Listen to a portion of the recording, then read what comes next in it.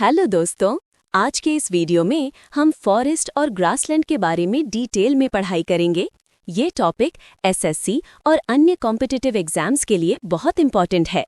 हम समझेंगे कि अलग-अलग प्रकार के फॉरेस्ट्स कैसे बनते हैं, उनकी खासियत क्या होती है और इंडिया में ये फॉरेस्ट्स कहाँ-कहाँ पाए जाते हैं।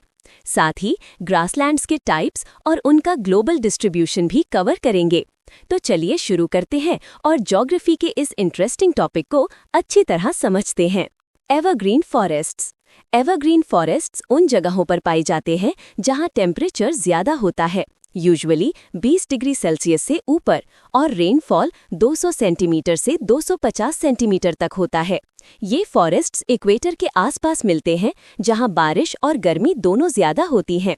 इन फॉरेस्ट्स में पेड़ों के पत्ते कभी एक साथ नहीं गिरते, बल्कि धीरे धीरे गिरते हैं, इसलिए इन्हें एवरग्रीन कहा जाता है। ये लेयर्ड फॉरेस्ट्स होते हैं, जिसमें tall trees, mid level trees, shrubs और हर्ब्स होते हैं जो कैनपी बनाते हैं। अमेज़न रेन फॉरेस्ट इसका सबसे बड़ा एग्जाम्पल है, जिसे लंग्स ऑफ द वर्ल्ड भी कहा जाता है। Evergreen forests in India. India में एवरग्रीन फॉरेस्ट्स ज्यादातर लक्षद्वीप, अंडमान निकोबार, वेस्टर्न घाट्स और मेघालय के एरियाज में मिलते हैं। वेस्टर्न घाट्स के वेस्टर्न साइड को लीवर्ड साइड कहते हैं, जहां ज्यादा बारिश होती है। मेघालय के खासी हिल्स में दुनिया का सबसे ज्यादा रेनफॉल रिकॉर्ड होता है। इन फॉरेस्ट्स में रोजवुड, इबोनी, महोगनी, सिनकोना और एपीफाइट्स जैसे प्लांट्स पाए जाते हैं।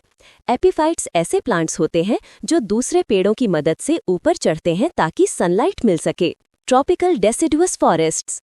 ट्रॉपिकल डेसिडुअस फॉरेस्ट्स उन जगहों पर मिलते हैं जहां रेनफॉल 70 से 200 सेंटीमीटर के बीच होता है। ये फॉरेस्ट्स दो प्रकार के होते हैं, ड्राई डेसिडुअस और मॉइस्ट डेसिडुअस।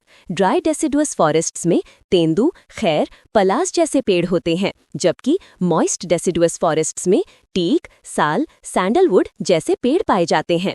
इन फॉरेस्ट्स को मॉनसून फॉरेस्ट्स भी कहा जाता है, क्योंकि ये मॉनसून के प्रभाव में आते हैं। ये फॉरेस्ट्स पेनिनसुलर प्लेटो और नॉर्थ इंडियन प्लेन्स में पाए जाते हैं। Tropical thorn forests. Tropical thorn forests उन एरियाज में मिलते हैं जहां रेनफॉल बहुत कम होता है, लगभग 50 से 70 सेंटीमीटर के बीच।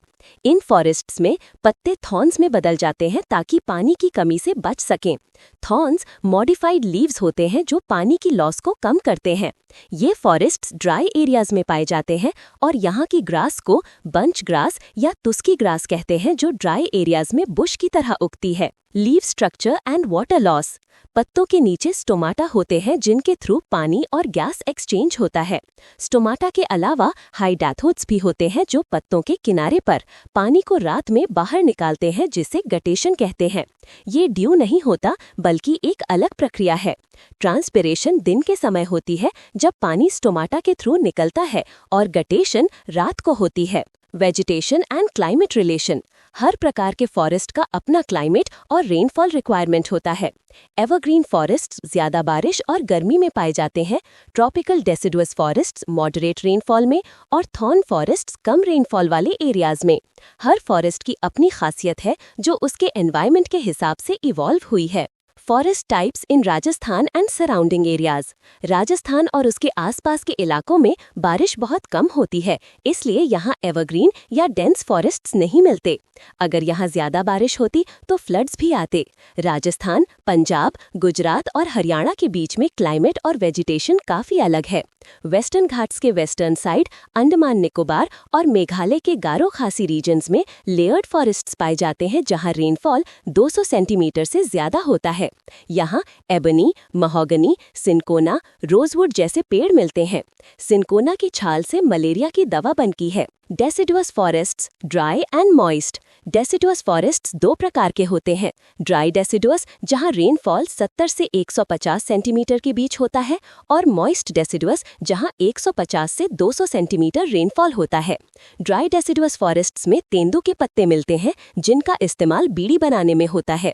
मॉइस्ट डेसिडुअस फॉरेस्ट्स में टीक, साल, सैंडलवुड, नीम, महुआ जैसे पेड़ होते हैं। ड्राई डेसिडुअस फॉरेस्ट्स का लैंडस्केप पार्कलैंड जैसा होता है, मतलब यहाँ घास के बीच में कुछ पेड़ होते हैं, जैसे पार्क में होता है।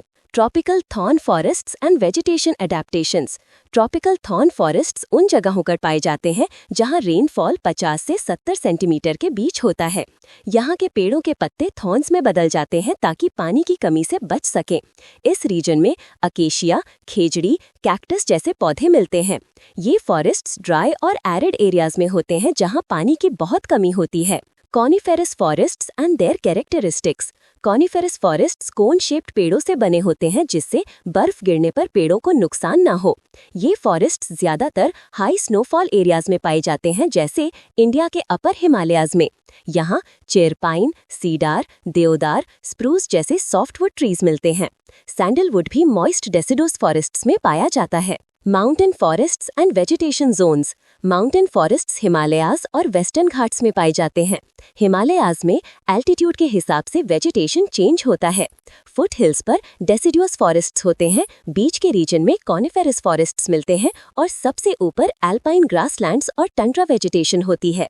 एल्पाइन ग्रासलैंड्स को बुग्याल कहते हैं जो उत्तराखंड में फेमस है।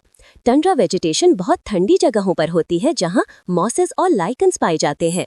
Forests in south India and western Ghats. South India और वेस्टर्न घाट्स में फॉरेस्ट ज्यादा ऊंचे नहीं होते, लगभग 1200 मीटर तक। यहाँ एवरग्रीन फॉरेस्ट्स पाए जाते हैं और थोड़ी बहुत टेम्परेट फॉरेस्ट्स भी मिलती हैं जिसे शोला कहते हैं। टंड्रा और एल्पाइन कॉनिफेरस यहाँ नहीं मिलते क्योंकि एल्टीट्यूड कम है और क्लाइमेट ज्यादा ठंडा नहीं होता। National forest policy and forest conservation movements.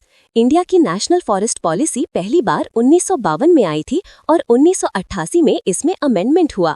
इस पॉलिसी का टारगेट था कि देश के 33% भौगोलिक क्षेत्र में फॉरेस्ट कवर हो। 1978 में चिपको मूवमेंट शुरू हुआ जिसका नेतृत्व सुंदरलाल बहुगुणा ने किया था जो डिफॉरेस्टेशन के खिलाफ था। फॉरेस्ट डे हर साल 21 मार्च को मनाया जाता है और Indian forest research institute Dehradun में स्थित है। India state of forest report ISFR एक बायएन्युअल रिपोर्ट है जो हर 2 साल में इंडिया के फॉरेस्ट कवर और ट्री कवर के बारे में जानकारी देती है।